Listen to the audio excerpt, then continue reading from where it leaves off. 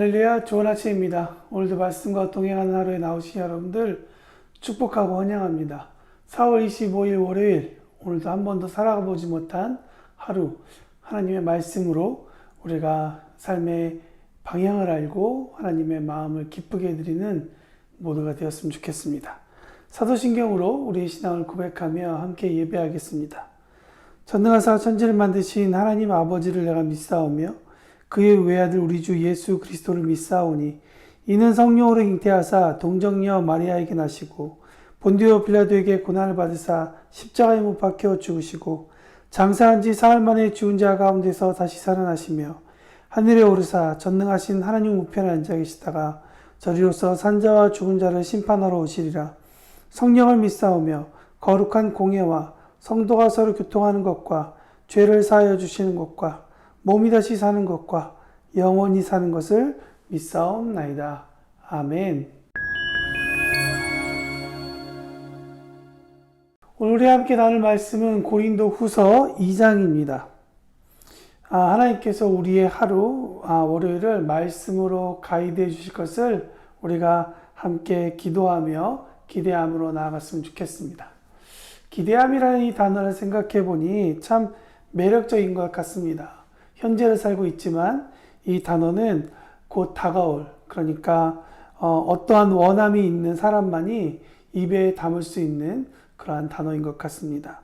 어떠한 일이 원하는 대로 이루어지기를 바라면서 기다리는 기대함. 이 기대함이 바램과 기다림이라는 내적과 외적인 그런 다짐과 행동, 그 두 가지를 다 가지고 있음을 보게 됩니다. 오늘 눈을 뜨면서 당신이 갖는 기대함은 무엇입니까?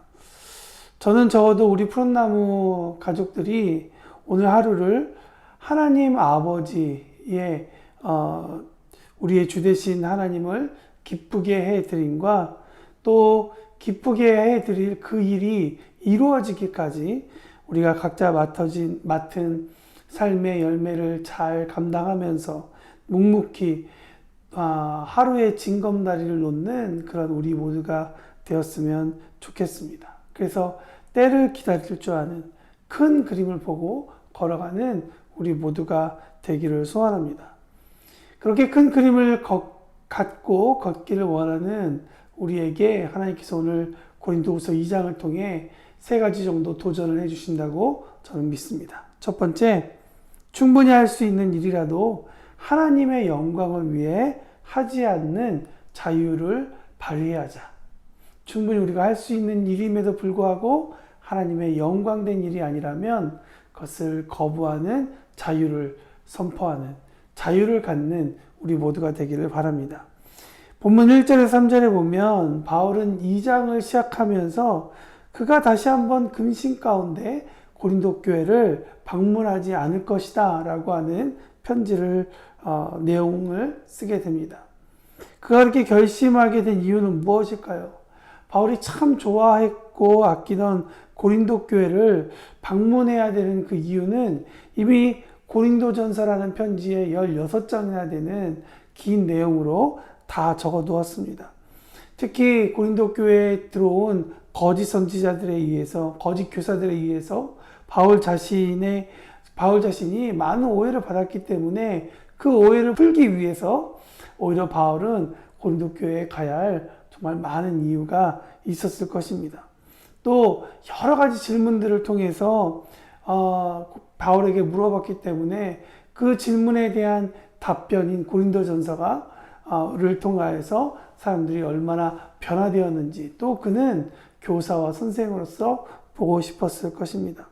하루빨리 정리하고 싶은 그런 마음이 사도 바울에게 있었을 것입니다. 그러나 오늘 본문에 보면 바울은 고린도 교회 방문을 강행해서 지금까지 저지른 성도들의 잘못을 엄단하는 결정 대신에 오히려 고린도 후서라는 편지를 통해 이 편지를 기록하신 성령님께서 그들의 마음의 문을 두드려 회개할 시간적 여유를 줌으로 훗날 그들이 기쁨으로 만나기를 원했던 바울의 깊은 마음과 생각이 잘 담겨져 있다고 생각합니다. 바울은 그래서 고린도 교회의 어떠한 상태, 어떠한 상황에 대한 결론을 자신이 아니라 결론이신 주님께 시간과 방법을 의탁하는 것을 선택했다라고 볼 수 있을 것 같습니다. 성령님의 인도하심에 따라 하나님의 영광을 염두하며 살아가는 지혜와 지식이 쌓여지는 그런 하루가 되기를 축복합니다. 두 번째, 하나님께서 우리에게 주시는 도전은 마음의 근심이라는 병을 용서와 위로로 밀어내자. 살아가면서 마음의 근심, 사람들로 인해서 얻어지는 그러한 상처가 있을 텐데요. 그런 모든 것들을 용서와 위로로 밀어내라 라고 주님은 우리에게 말씀하고 있는 것입니다. 하나님은 사도 바울을 통해 자신을 힘들게 한 사람을 용서하라고 말씀하십니다. 7절에 보면 용서한다라는 그런 단어가 나오는데요. 이 표현은 피해자와 가해자 모두의 감정을 상하지 않게 하려고 애쓴다라는 그런 의미가 배경으로 깔려 있다고 합니다. 오히려 바울은 한 걸음 더 나아가 자신을 괴롭히는 적대자의 이름을 거론하지 않음으로써 그의 명예를 존중해주는 모습 또한 보게 된다는 것이죠. 아마 그는 그의 스승인 예수님, 우리의 스승이신 예수님처럼 그분께 배웠다라고 생각이 듭니다. 예수님은 간음중에 잡힌 여인을 정죄하던 사람들의 죄를 땅바닥에 쓰셨지만 누구의 이름, 어떠한 죄를 썼는지에 대해서 성경은 이야기하지 않습니다. 그들이 회개할 수 있도록 명예를 지켜주신 것과 같이 바울도 그렇게 자신을 힘들게 하던 사람을 용서했다라고 성경은 이야기하고 있죠. 용서라는 단어 카리스사다이는 선물을 주다, 은혜를 베풀다라는 의미를 가지고 있습니다. 용서라는 행위의 무조건성을 잘 나타내 준다는 것이죠. 사람이 무엇인가를 잘했기 때문에 하나님으로부터 구원을 받은 것이 아니라는 것 우리는 잘 알고 있습니다. 오히려 믿기만 하면 구원을 주시겠다라고 하는 하나님의 이 의지, 이 은혜를 통해 우리는 철저하게 구원을 받은 그런 사람들이라는 것을 잊지 말아야 할 것입니다. 사랑하는 교회요. 힘들게 하는 그 누군가가 있다면 그를 명예롭게 용서할 수 있는 이 아침이 되었으면 좋겠습니다. 그렇게 해야 할 이유가 있다면 하나는 하나님의 무조건적인 사랑을 우리가 받았기 때문이고 또 다른 하나는 그것은 바로 우리를 위해서이기 때문입니다. 11절 말씀에 보니까 용서하지 않는 것은 사단에게 속는 것이고 그로 인해 고통은 혼탁하게 된다라고 이야기하고 있다는 것이죠. 우리의 영혼이 혼탁해진다는 것이죠. 왜 갈라디아서 5장에 오래 참음이라는 것을 성령의 열매라고 성경은 이야기하겠습니까? 그것은 성령님께 뿌리를 내리고 오랫동안 그분의 다스림 가운데 거하며 9절에서 말하고 있는 것처럼 성령께서 주시는 감동에 순종하는 습관을 하루아침이 아니라 매일이 모여서 만든 오래 참음이라는 열매이기 때문일 것입니다. 아무쪼록 용서해야 할 그 사람을 용서하고 자유케 되는 저와 여러분이 되기를 이 아침에 축복합니다. 마지막으로 세 번째, 하나님께서 우리에게 주시는 도전은 생명의 냄새를 나게 하는 우리가 되라 하고 말씀하십니다. 생명의 냄새가 나는 우리. 14절에 보면 참 재미있는 표현이죠. 우리로 그리스도 안에서 항상 승리하게 하시며 위를 통해서 모든 장소에서 그리스도를 아는 냄새를 나타낼 수 있게 하시는 하나님께 감사드립니다. 여러분, 향수를 맡으면 바로 누군가가 떠오르게 되죠. 그것이 향수의 아주 좋은 점이라고 생각합니다. 향수는 나쁜 냄새를 없애는 그러한 일도 하지만 어떤 냄새를 맡으면 바로 그 사람이 떠오르게 하는, 그 사건을 떠오르게 하는 그러한 일을 하게 된다는 것이죠. 여러분, 세례라는 단어의 그 헬라어적 표현을 보면 염색이라는 뜻도 가지게 됩니다. 흰 천이 꽃과 여러 가지를 섞어서 만든 천연 향유통에 들어가서 적셔질 때 천은 단순히 색깔만 염색되는 것이 아니라 그 천연 향료의 향기를 그 천은 온 몸으로 받아들이게 된다는 것이죠. 오늘 말씀 우리에게 도전하고 있습니다. 당신에게는 어떠한 향기가 나고 있는가? 16절처럼 죽음에 이르게 하는 죽음의 냄새인가? 아니면 생명에 이르게 하는 생명의 냄새인가? 사실 향수를 쓰는 사람은 알겠지만 처음에 뿌릴 때에는 인지하는데 시간이 지나면 향기에 익숙해져서 어떤 향기를 내고 있는지 잘 잊을 때가 있습니다. 사랑하는 교회요. 오늘 본문 17절은 죽음에 이르게 하는 냄새는 하나님의 말씀을 혼탁할 때 나타난다고 합니다.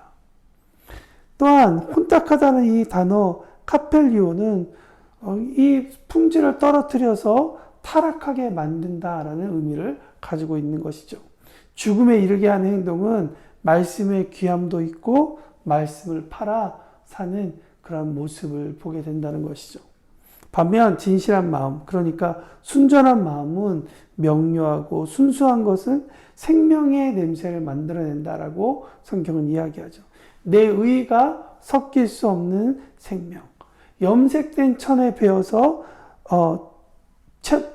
염색된 천에 베어진 천연 향기처럼 그리스도 예수의 생명의 피가 우리의 삶에 부어져서 묵상하고 순종할 때 나타나는 생명의 향기, 정말 기대가 될 수밖에 없습니다. 조금 전에 제가 말씀드렸지만 처음에는 우리 삶 가운데 이것이 죽음의 향기인지 생명의 향기인지 우리가 인지하지만 그러나 이것이 우리 가운데 살다 보면 이 향기가 어떤 향기인지 우리도 그 향기를 잊을 때가 있다고 생각합니다. 15절 결론의 말씀입니다. 우리는 구원받는 사람들에게나 멸망하는 사람들에게나 하나님 앞에서 그리스도의 향기입니다. 하나님께서 우리에게 주시는 메시지죠. 어떤 사람이든지 누구에게든지 우리는 하나님의 향기를 내는 사람들이다라고 말씀을 해주고 있습니다. 오히려 바울이 우리에게 도전하고 있죠. 우리의 신앙의 수준은 내가 구원을 받느냐 안 받느냐를 매일 걱정하는 그런 이야기가 아니라 오히려 그 수준을 뛰어넘어서 이미 예수님을 영접하여서 구원받은 형제와 자매들은 진실함으로 하나님께 보내신 사람답게 그리스도 안에서 향기를 내어 사람들의 시선을 그리스도께로 돌리게 하는 그러한 삶을 살아야 된다라고 이야기하는 것이죠. 오늘 월요일이 그런 하루가 되었으면 좋겠습니다. 그리스도의 향기를 내는 저와 여러분. 그래서 아직 예수님을 모르는 사람들도 혹은 예수를 믿었지만 하나님의 말씀을 그 생명을 잃어버린 사람들에게 우리가 다가가서 우리가 행동할 때 그들이 생명을 바라볼 수 있는 그런 은혜가 되었으면 좋겠습니다. 오늘 그것을 위해서 기도해 주시고요. 또한 월요일은 청년교회를 위해서 기도하는 날입니다. 우리 청년들이 이 땅 가운데 살아가며 물론 세상에서 지혜롭고 세상에서 성공돼야 되지만 그리스도의 향기를 나타내는 젊은 사업가들, 그런 학생들, 또 그런 미래를 준비하는 기도의 용사들이 될 수 있도록 함께 기도해 주시기 바랍니다.